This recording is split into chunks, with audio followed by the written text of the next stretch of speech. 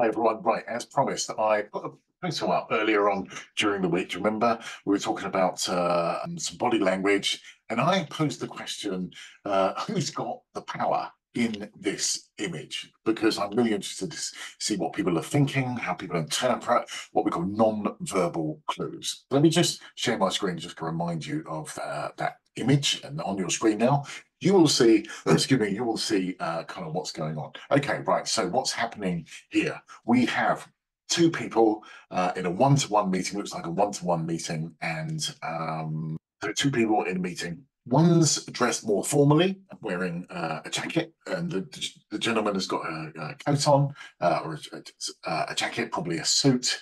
And given this may even be wearing, we can't tell. So I'm just going to go with what we perceive, and I don't want to make stuff up, and that's a really important point. You should never guess. Okay, so or if you are guessing, let everyone know it's a guess. And the same applies to forecasts and pipeline as well. Right, back to this photo. And here we've got a woman, a professional woman, a younger woman. Let's have a look at what's going on. So he's got a jacket on. She doesn't have a jacket on. And that suggests, well, let you think about that for a second. What does that suggest to you?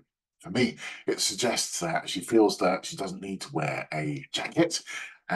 She's more comfortable in those surroundings, and it may be because that is actually her home, not her home office, but her base office. That's where she works from most of the time. Now, I can imagine that this is an interview situation, and I can imagine also that it also could be, well, which is similar to an interview situation, but this person is, excuse me, in sales, and he's trying to sell a particular service or product to this customer. I can imagine. So you might imagine that the power is with the young woman that we see here, and I'm erring on that side.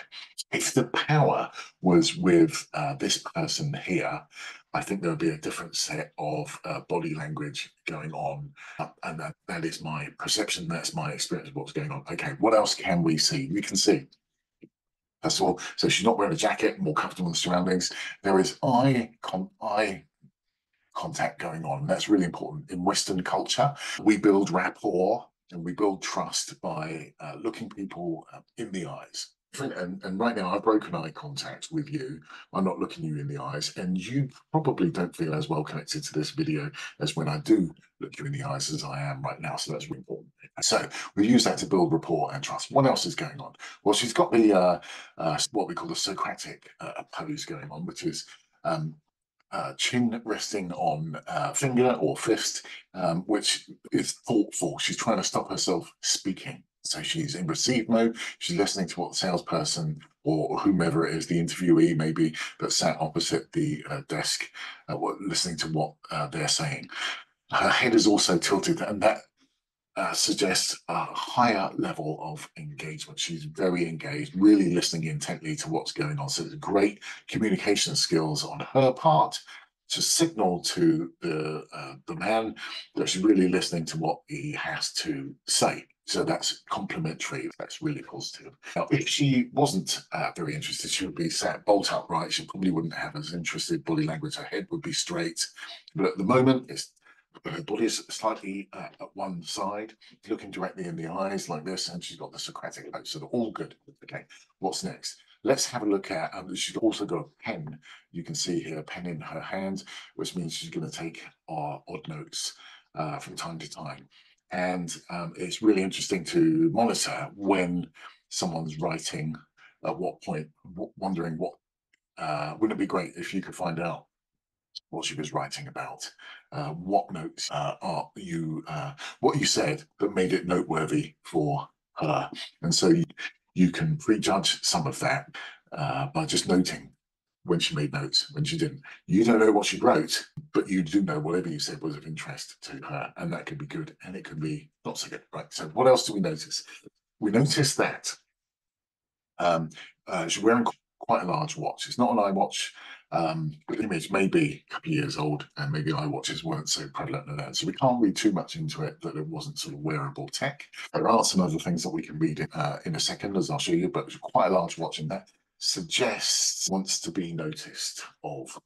So it's not too garish, but it suggests wants to be noticed in some way. What are some of the other signals that we're looking for, non-verbal clues that we're looking for here? And it's right next to the watch. There are actually two items of tech on the table, plainly visible, and it looks like an iPad and it looks like an iPhone here. So this, first of all, wants you to know, or anyone that she's with, that she's in high demand. Maybe expecting a message. It looks like it's like an always on kind of role, an operational role, might be sales, might be COO, something like that. But she's got two forms of communication. She really wants to be contacted, and then there might be an operational issue going on. You might see her glancing down just to see if a particular message has come in. If it's really important, she may even ask you to pause and pick up and respond to a message. So tech is really important to her, communication really important to her, and wouldn't it be great then if you could find a way to kind of tap into that, recognize that that's going on? And perhaps a really smart question to ask is, how do you like to receive communication? What's your preferred communication method? And hopefully she won't say email, because email should only be used to confirm what you've already talked about. And I've mentioned that many, many times. Okay, so that's what I'm reading into. So power, I would suggest in this instance, is with the woman. That's an interpretation of body language. Of course, we can't know for sure, for certain, that's what's going on, because it's just an image taken at a point in time. We can't be absolutely certain, and that's a big piece of learning. You can never be 100% certain. Can infer certain things through the Moravian diagram, as I've already referenced many times in the past, around non-verbal clues, and that's what we're looking for. So, is there anything else we can notice from that? Do you see anything that I haven't picked up on? What's of interest to you? Let me know what you think. Hit to my YouTube channel or follow me on LinkedIn, and I look forward to hearing from you really, really soon. So, thanks everyone for watching, and there we go. And I look forward to seeing you really, really soon. Right, take care.